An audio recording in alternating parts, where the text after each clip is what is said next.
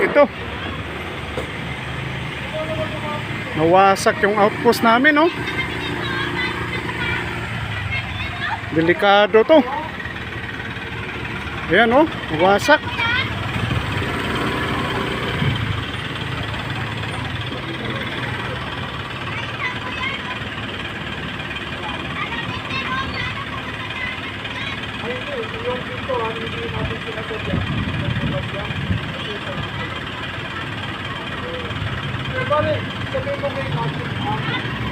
Nawasak yung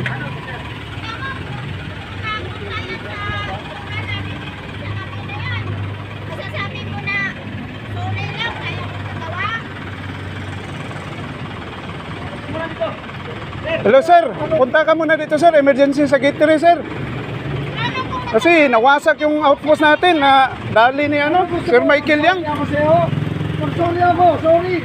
Nangyari na. Nanggalit pa sir, oh. Nagulat din ako, bakit ganun ka ng ganun? Ayaw ko naman nang mangyari yan eh.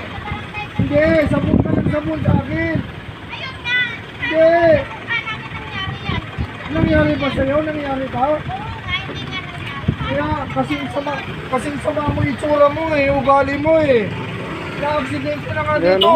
Sasabunin ba ako? Ayun nga, kumili ka kasi hindi mo inayos yung motor. Hindi, nakasara to, nakasara. Nagalit siya kasi yung motor na ano, yung motor na nakasunod sa Yung kanya. motorsiklo kasi, reckless kanina, yung motorsiklo. Nawasak yung outpost. Ano ba sumabit yan? Ano ba sumabit yan? Pintuan sir, yung pintuan sir. Pintuan? Oh, ang pintuan. Nawasak yung outpost namin, oh. Buti ka mo sa labas, pumunta yun sa labas. Kaya nga eh. Punta masisira yung mukha natin wala sa oras yan. Yan mo na, huwag na dada ng dada. Babayaran ko naman eh. Ninibis na ako eh. Saka kasigaw mo sa akin eh. Bakit ako hindi ako na-nervyos nga? Aywan ko, hindi ko naman sinasadya eh. Paano kung sa mukha Ay anong gusto mo nga? Anong gusto mo? Babayaran ko naman eh. wala na sinasabi niya kung anong gusto niya. Sabon ng sabon sa akin eh. Sigaw ng sigaw sa akin eh. Kalma lang sir, kalma lang tayo. Okay na, siya okay. eh. Anong nangyari? Nadada siya ng dada. Kalma lang po tayo.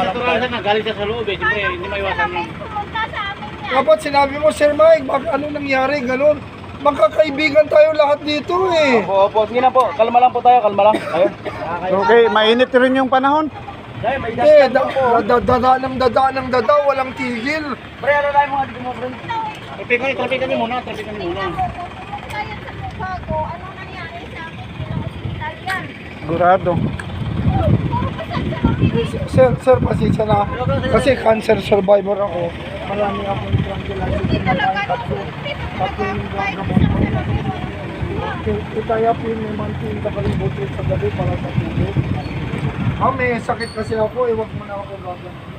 Dito muna.